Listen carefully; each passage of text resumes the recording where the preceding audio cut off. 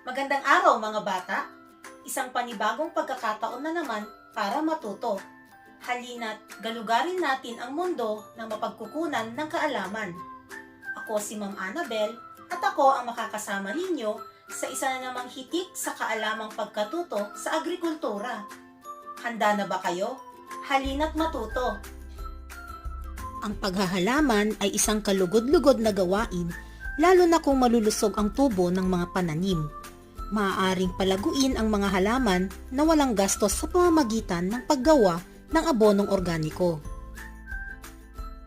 Mayroon ba kayong bakanting lupa sa inyong bakuran? Nais mo bang magtanim ng sarili mong gulay? Hirap ka ba sa pagpapalaki ng inyong mga pananim?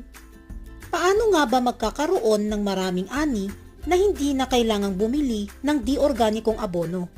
Upang masagot ang lahat ng mga katanungang ito, ating simulan ang ating leksyon. Ano nga ba ang organikong abono? Ang abonong organiko ay mula sa nabubulok na mga bagay tulad ng mga tira-tirang pagkain, balat ng gulay at prutas, mga tuyong dahon o damo at dumi ng hayop. Tinitipon at inilalagay ito sa isang lalagyan o compost upang maging isang ganap na abono. Narito ang halimbawa ng isang organikong abono. Ang paggawa ng abonong organiko ay kaaya-ayang gawain. Ito'y mahalaga sa paghahalaman dahil sa abonong organiko, pinalalambot at pinapaganda nito ang hilatsa ng lupa. Pinabubuti ang daloy ng hangin at kapasidad na humahawak ng tubig. Isa pang kahalagahan nito ay pinalalago ang mga halaman na walang gastos. Dahil hindi mo na kailangang bumili ng abonong komersyal sa mga pamilihan. Dahil dito, makasisiguro tayong ligtas kainin ang mga halamang gulay. Ang abonong organiko ay napatunayang epektibo sa pagpapalago ng mga pananim at nakatutulong upang maiwasan ang pagkasira ng kapaligiran. Nakapagbibigay ito ng masaganang ani para sa mga magsasaka at ligtas pa ito sa kalusugan ng mga tao. Isang paraan ng pagbubulok ng mga basura sa isang lalagyan na tulad ng compost pit ay tinatawag na basket composting. Sa pamamagitan nito, ang mga nabubulok na basura ay maaari nang gamiting pataba pagkaraan ng 2 buwan o mahigit. Ang paggawa ng compost ay napakadali. Basahin at sundin natin ang mga sumusunod na mga paraan sa paggawa ng abonong organiko. Para sa mga may sapat na espasyo o lugar sa bahay, ang unang proseso ay gumawa ng hukay na may 1 metro ang lalim sa lugar na tuyo, patag at medyo malayo sa bahay.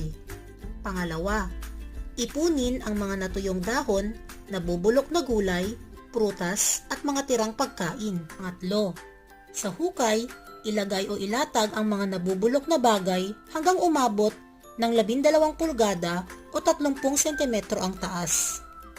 Pang-4, ipatong dito ang mga dumi ng hayop. Pang-5, patungan ito muli ng lupa o apog.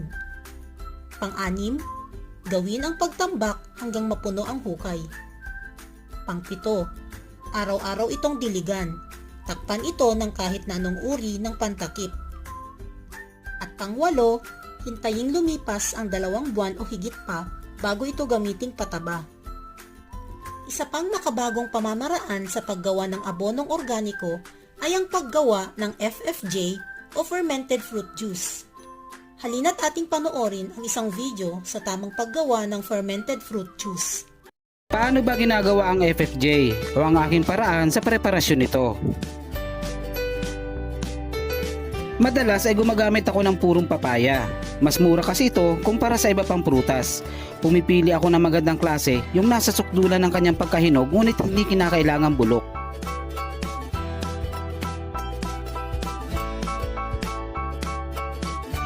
Bukod dito ay maaaring gumamit ng iba pang matatamis na prutas.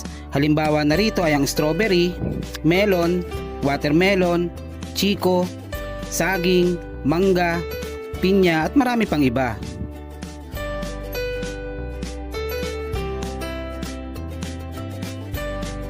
Ginagamit din ang kamuting kahoy, gabi, kamote, kalabasa at carrots. Maaaring gumamit ng isang klase ng gulay o prutas o paghahalu-haluin.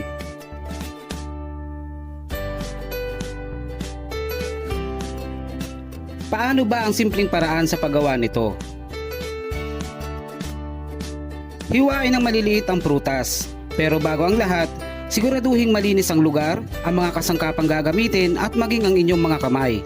Ang anumang maruming bagay ay maaaring maging sanhi ng kontaminasyon sa prosesong ito.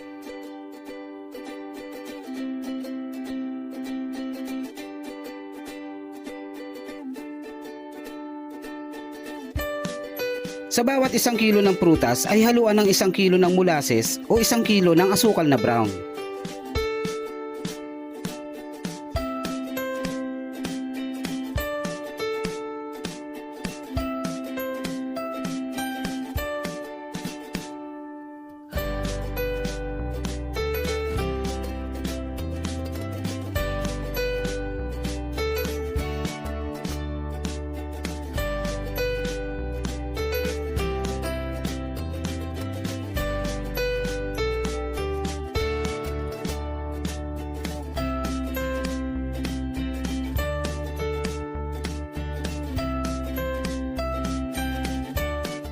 Pagkatapos ay isalin sa isang lalagyan. Maaaring gumamit ng kahit na anong uri maliban sa aluminum, lata at iba pang kahalintulad nito.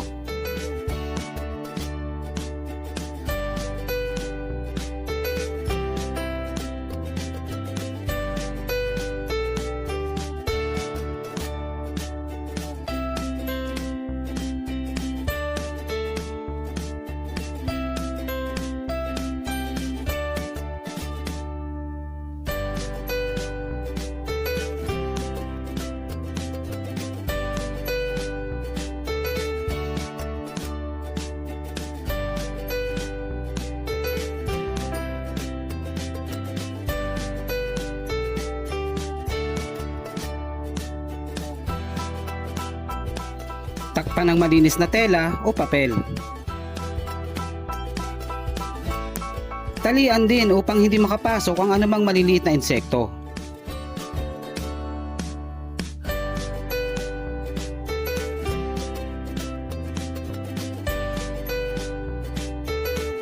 At pagkatapos ay ilagay sa isang lugar na madilim, malinis, tuyo, malamig at malayo sa kontaminasyon ng anumang chemical kagaya ng gasol, pintura, rugby at iba pa. Palipasin ng 7 araw o 1 linggo.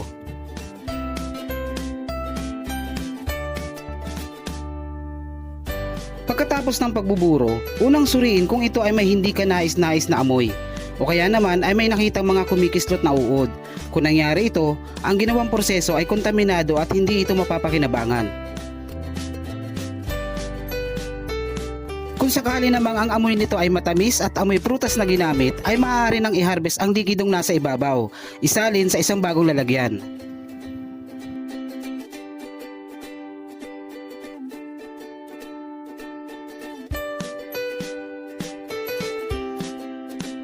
Pagkatapos ay muling iburo at palipasin muli ang 1 linggo at ulitin ito hanggang 3 beses.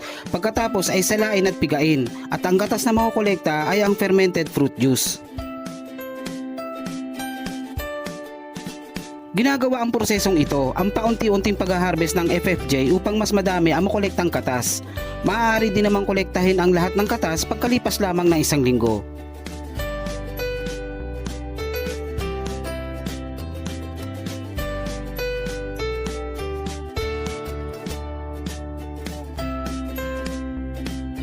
Paano ba ginagamit ang FFJ sa halaman? Maghalo ng 2 kutsarang FFJ sa 1 litrong tubig at i-spray sa mga halaman bago ang pagsisimula ng pamumulaklak. I-spray sa lahat ng parte ng halaman at maging sa palibot ng puno. Ulitin ito 1 beses sa 1 linggo.